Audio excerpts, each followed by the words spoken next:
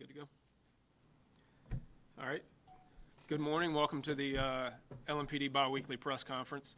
We like to take advantage of the opportunity to give you, the community, you, the media, updated information as much as we can, and so we'll continue with this trend. One of the things I'll say to you all, the media gathered here, and you can spread that word to your people, is if there are things that you hear from the community that they want explained more in depth, or they want us to be able to feature, please let us know, because we want to take advantage of this, and you'll see we'll talk about some SWAT operations to feature different parts of the department so that we can explain and educate the public better on how we operate, what we do, and why we do the things that we do. So we want to make sure that we get that in too. So when you have those questions that can't be explained in a soundbite, let us know, and we'll try to work that into these biweekly briefings. And we'll start off with our biweekly crime briefing that'll come from Assistant Chief Nick Owen. Good morning. Thank you all for being here. It's Assistant Chief Nick Owen, N-I-C-K-O-W-E-N. I am the Assistant Chief over the Support Bureau here at LMPD. I'll be very brief, just to update you guys on some crime numbers. These are all year-to-date numbers. You see 2024, we're at 119 compared to 113. I believe these are accurate as of Monday or yesterday. So we are seeing a 5.3% increase. Non-fatal shootings, as you can see, we're at 291 year-to-date versus 313 year-to-date 2023, so a 7% decrease there. In robberies, and these are specific to carjackings, 120 in 2024 compared to 114 year-to-date 23, so a 5% change there. Obviously, we are not satisfied with any increase at all, and even not satisfied with a 7% decrease in non-fatal shootings. We'd obviously want those numbers to be much, much lower. I think you've heard the chief talk about the comprehensive crime plan, not just from us, not just from Metro government, but community-wide, getting folks involved. You'll be seeing more about that in the near future. Significant arrest data, year-to-date homicide arrests, we've had 40, non-fatal shooting arrests, 64, and we partner with various federal agencies, namely out of our criminal interdiction division, and year-to-date they have 53 federal indictments, which is a fairly significant number for it being October, and there will be more to come on the federal indictments. Next, I'd like to bring up Sergeant Joel Cassie with our SWAT team. He's going to highlight a recent successful operation that they had out in our community. Thank you.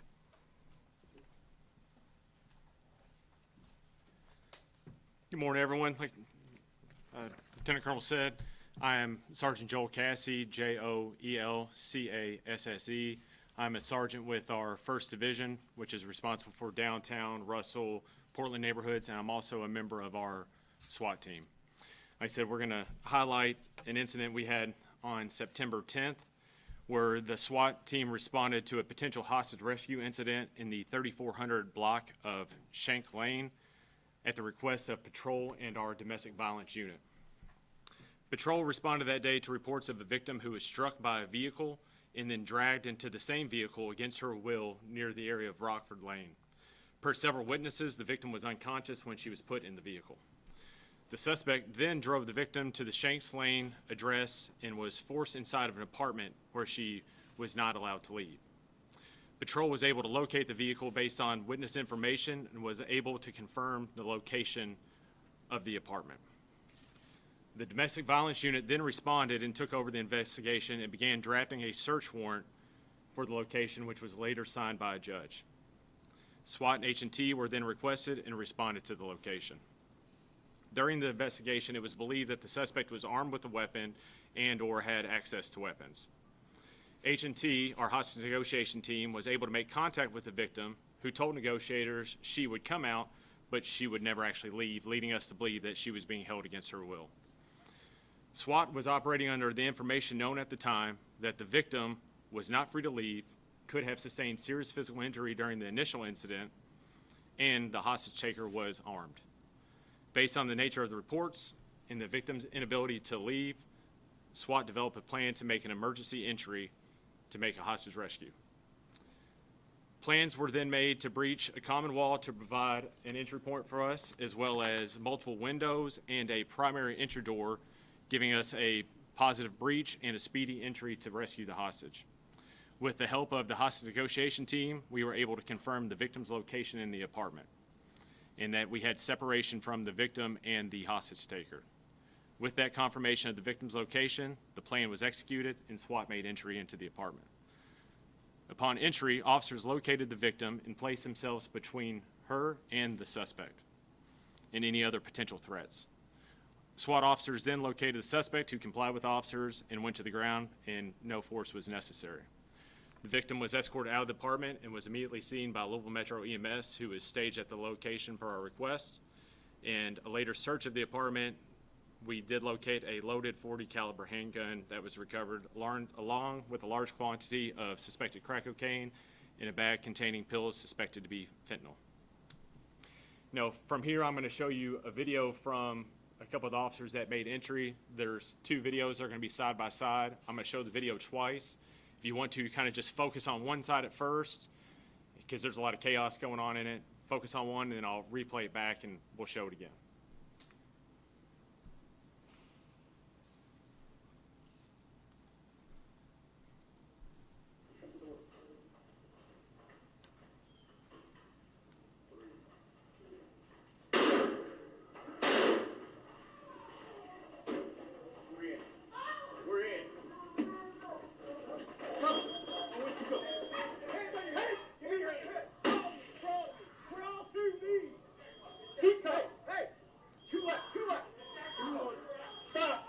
You're gonna roll towards me. Yes, sir.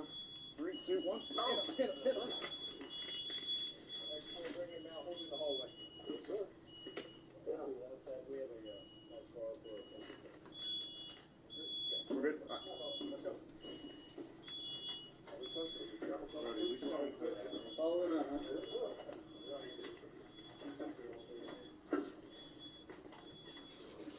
Stop.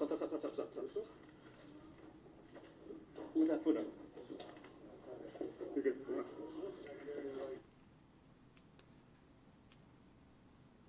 Going the wrong way, apologize.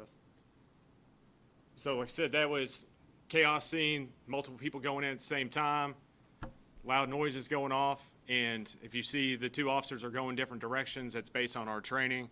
A lot of trust goes in the SWAT team that I know if I go one way, another SWAT officer is going to go the other way, and they have my back. And so there's a lot that goes into this video that I can see, and if we slow it down, we can really break it down, but it doesn't highlight the amount of training and time that goes into an operation like this and how critical this was. And so I don't know which one you focus on. I'm going to play it one more time, and just so you get, now you might have a better opportunity to kind of slow down and see exactly what we're looking at.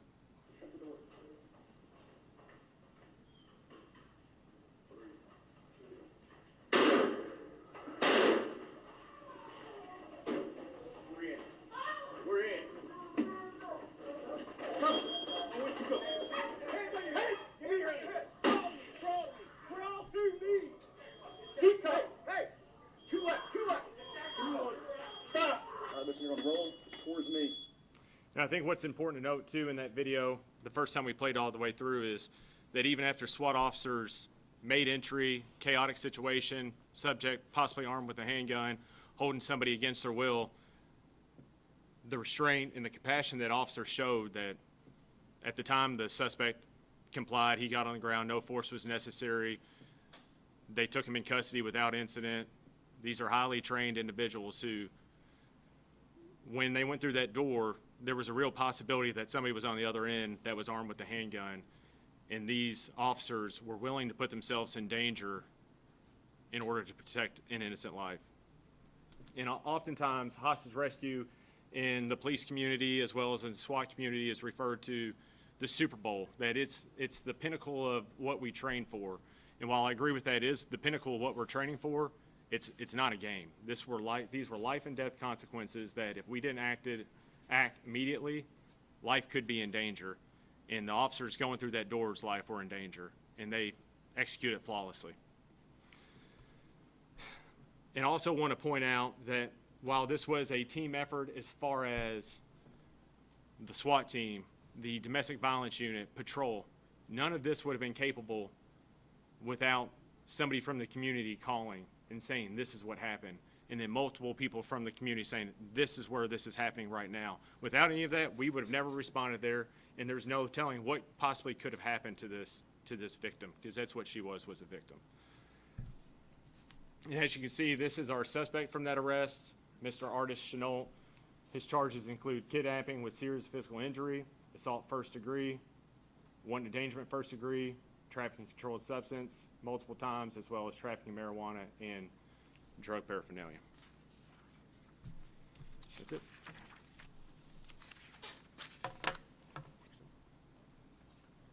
Thank you, Sergeant Cassie.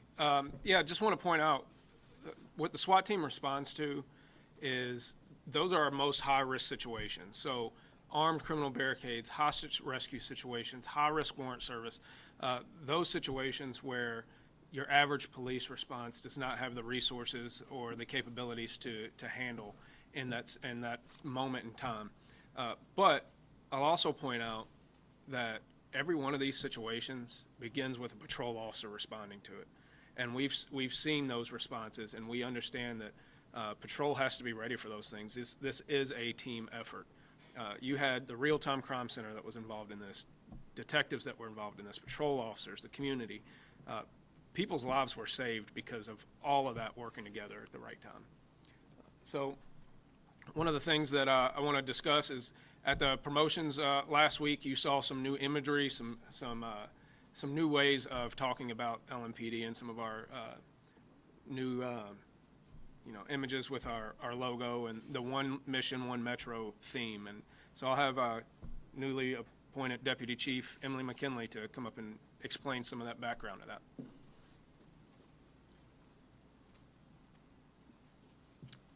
Thank you, Chief, and I'll echo his words about SWAT.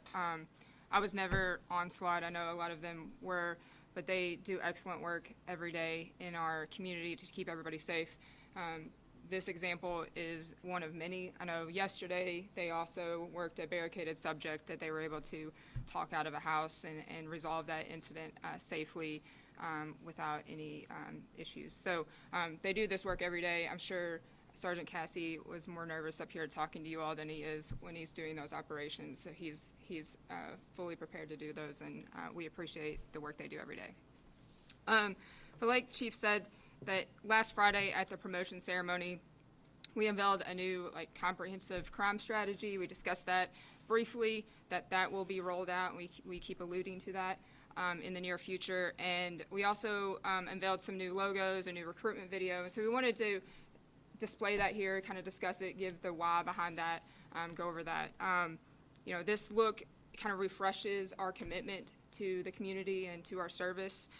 We've centered the concept around our values of service and respect and the commitment to enhancing community safety here in Louisville and doing that together. The one metro, one mission, you'll notice the M's are two ones coming together. So we wanted to symbolize that it's not just the police department, it's the community working together, one metro, one mission to keep everybody safe.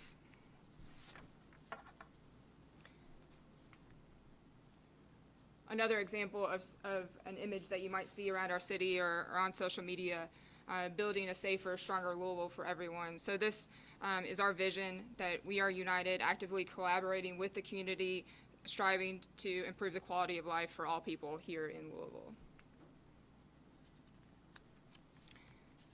These are another examples of images or billboards that you might see around your different neighborhoods here in Louisville.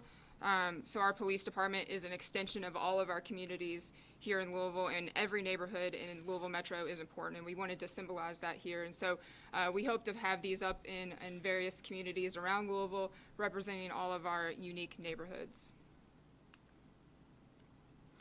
And then this is more of a recruitment concept here. So every officer joins the department for different reasons, but we all have the same reason as far as service. And so we wanted to have the ability to interchange different words and stand for different things. So stand for more, stand for change, stand for community, and interchange different words in there that might resonate with different members of our community who might be interested in joining the police department.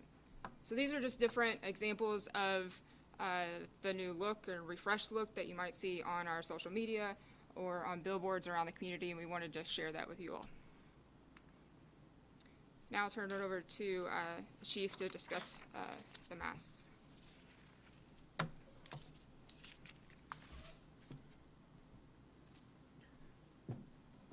So here comes the fun part, because I know y'all have all been really interested in two comments that got made between me and the mayor about the ordinance that bans masks. Here's the deal, is that we are not creating some new initiative or anti-mask task force. We understand there are legitimate health reasons why people wear masks, but we also understand there are people who are taking advantage of that.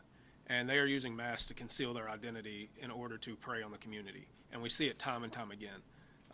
If you're telling me that somebody is standing around in a hoodie and gloves and a mask covering their face, outside lurking in the shadows, has a legitimate health concern, I would probably beg to differ. And so you have to understand, when we talk about something like masks and the enforcement of the mask ordinance, that's about a totality of circumstances. It's not about going out and targeting people who have health issues or are wearing a mask for legitimate reasons. It's about understanding the entire situation, the entire circumstances, and is that another tool that we might be able to use or explore to fight violent crime? There are tons of tools out there. Some are more useful than others. This is just one thing that we might be looking at. But I wanted to give you a couple of views of some of the crimes that we've had committed recently with people who have been wearing masks, and they're not wearing them for legitimate reasons. They are trying to commit crimes, and they're trying to conceal their identity. This is not uncommon. Obviously, we talked about this happened in the shooting out at PRP, where you have kids wearing masks. You see this time and time again. We even currently have a serial murderer on the loose down at the bottom. You can see it. We don't know how this movie ends with that guy. He keeps coming back time and time again. That's a joke. It's okay to laugh at it. That's Michael Myers. I know I'm not funny, but sometimes I try. So, and I say that to make light of it a little bit, because we're not trying to talk about cracking down on Halloween masks for kids on the holidays or people who are sick. This is really about those other people that are using these to conceal their identity when committing crimes. It happens over and over again. You saw it in the attempted carjacking of one of our officers when they end up involved in an officer-involved shooting. Guy comes up in the middle of an alley with a mask on and sticks a gun in an officer's face, and we end up in an officer-involved shooting. So it's a serious issue. We're just looking at this as being one tool in the tool chest to be able to deal with some of the violent crime that we have going on. And lastly, some of our community events that are upcoming. Our Citizens Police Academy is ongoing. That's put on by our community engagement unit. If you have interest in that, go to our website, reach out to our community engagement unit. We put that on a regular interval so people in the community can understand a little bit more about what goes on internally to the police department and how we operate more in depth. And then some of our community gathering events between the South End Neighborhood Watch Meeting, the Southwest Festival, and an LMPD in conjunction with Texas Roadhouse are doing a trunk or treat on the 15th. I also want you to be aware, big event again this weekend, just kind of like last weekend. It seems like we're hitting all these fall events back and forth, or back to back. The St. James Art Festival will be starting up soon. So if you're in old Louisville, be aware of that for traffic reasons. But come out, enjoy the event, and have a good time. It's one of the seminal events for Louisville, as you all know. So at this time, I will open it up to questions, which I'm sure you have some. Let's start with the mask. There's a lot to unpack today. I understand what you're saying about the totality of circumstances that you have to evaluate these cases, but how do you pull this off without profiling? There's really not a lot to unpack about it, right? It is a totality of circumstances, and that's how you pull it off without profiling, is that you have to look at all of the conditions of the situation.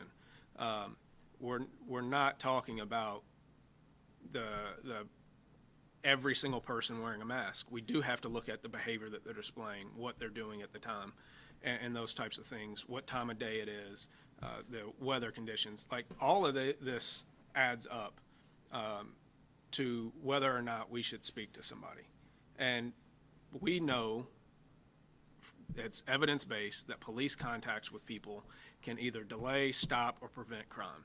And this is, like I said, this isn't us going out. I'm not giving some order to officers, go out and enforce the mask ordinance, right? This is just another tool that we can be aware of that adds to the totality of circumstances.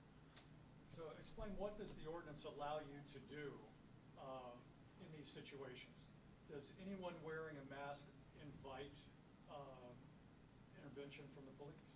Not necessarily. So that's one of the things that has been missed in this, is that the ordinance gives several conditions for which masks are appropriate. But that's one of the things that the mayor is doing currently, is he's reaching out to Metro Council members to more clearly define the times when we should or can stop people. So this isn't, like I said, this isn't something that we're going out and doing tomorrow or right now. This was literally something that came up as a conversation point about potential tactics to use. So I don't want to put too much focus on it like this is our crime strategy. It's literally one bit of one thing that might add to our ability to intervene on violent crime. Okay. Walk me through a typical intervention in a case like this. You walk up to someone wearing a mask, do you immediately arrest them, ask them questions? How does it work? No, that is just like anything else when it comes. So the question was, do we just walk up and immediately arrest somebody in a mask? Absolutely not. That's not the point. That is not the point of how we do criminal interdiction, period, right? There are times when you have probable cause to make arrest before you ever contact someone, and we can do that, right? But that takes a level of a burden of proof that is pretty high, probable cause. You also have a level of reasonable suspicion that crime is afoot, is what the law requires, right? And so when you have a totality of circumstances based on all those things that I talked about, when you're talking about the person's behavior, the environment that they're in, the time of day, crime, the information that you have about crime going on in that specific localized area, those things all add up, right? And so as we talk to people, sometimes we develop more suspicion that leads us to continue an investigation. And so that's what this is about. To your point about profiling, that is obviously something that we have to be aware of. And that is you combat profiling through information. So the better information and the better training that we give officers so that they have a solid understanding of what they're looking for, that gives them an indication that crime is afoot, which is what the law requires, the less likely we are to run into situations of profiling. Can we give somebody else a chance? Sure. So we got a lot of comments, a lot of questions, a lot of emails about, will this actually work? This is just for show. This is just for show. That's what we got a lot.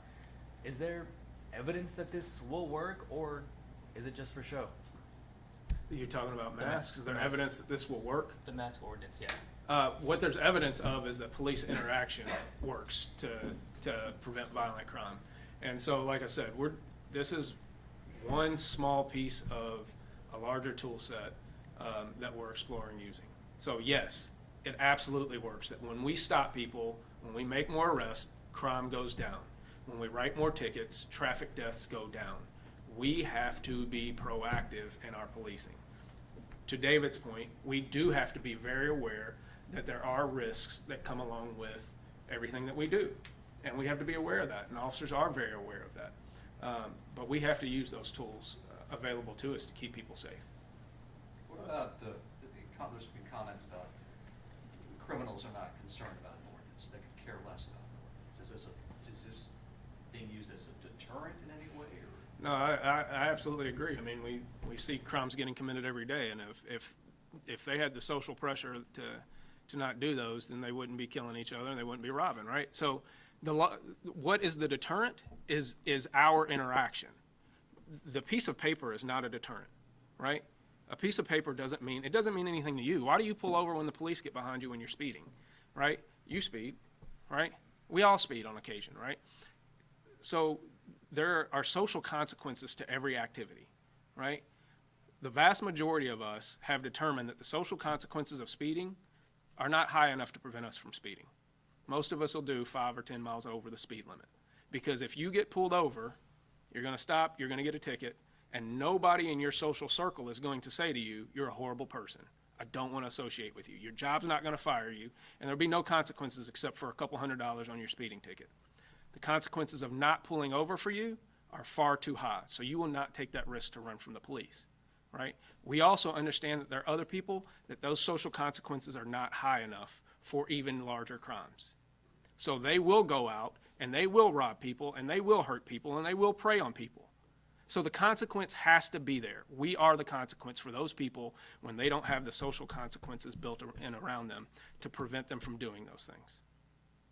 Do you have any updates on the PRP shooting arrest made or conditions of the team who was in critical last time? I do not have any more updates. Do we have any more updates on that? The last update was that he was still in critical condition. Yes, ma'am.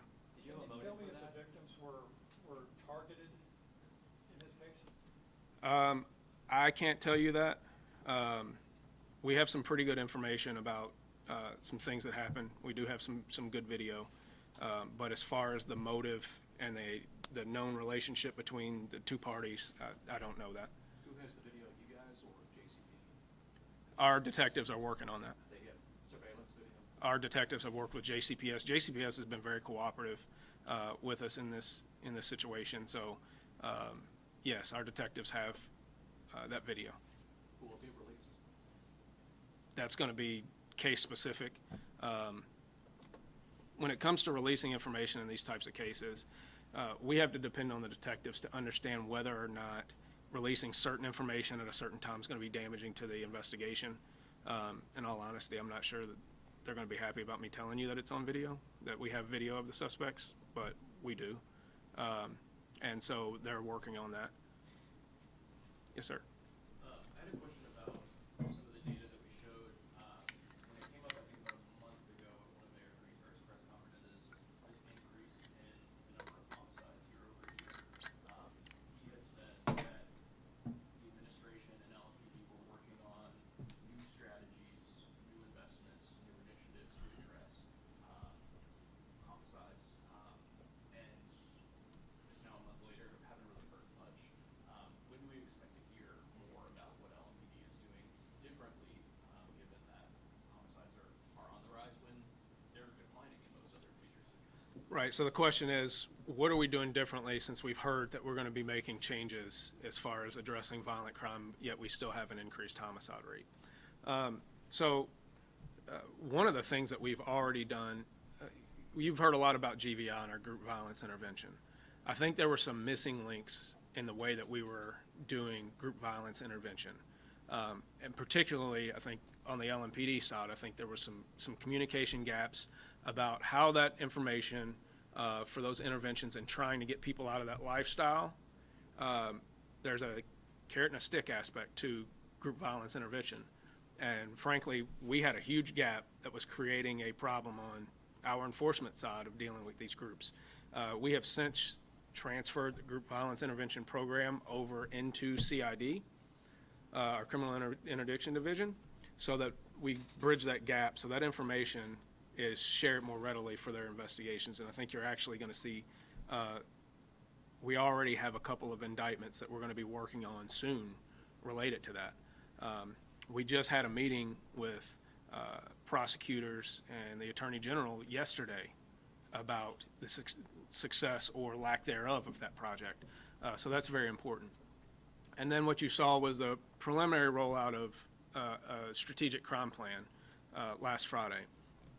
And so that is about also getting all the way down to the patrol officer level of what role they're expected to play in violent crime.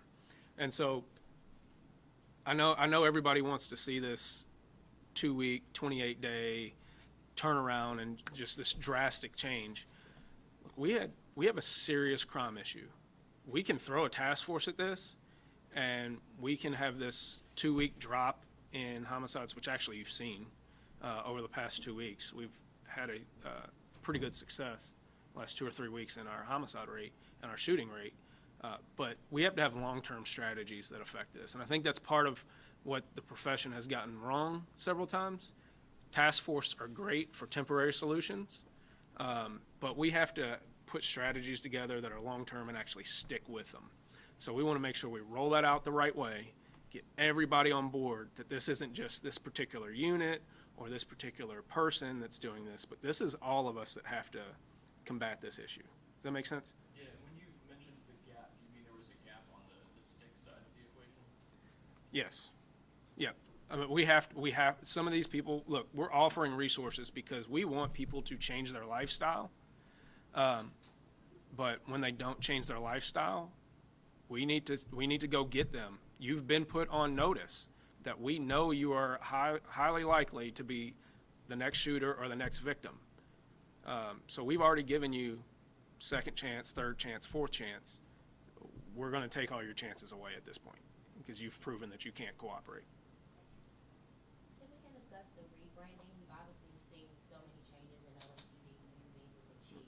Can you talk about the decision to include the rebranding as part of that process as the department moves forward, and how do you hope the community responds to that? I think the rebranding or re-imaging of some of our, the way that we talk about the department, you know, everybody's talked about cultural change. That's part of it. Simple things like imagery affects how we talk about each other. It affects how we communicate with each other, and that's very important. And so we want it, you know, those promotions last week to be a demarcation point of this is the direction we're going in. We are one metro internally as one LMPD. We are all working to the same goal. Like I was just saying to Roberto, this isn't about the success of one unit. You know, we just talked about the SWAT operation. We could give all this glory to SWAT and say, you know, they're amazing, and I would never say that just because I was on the team, but that was also a joke. But that doesn't happen without the cooperation of, like I said, about 5 or 6 different groups, including the community.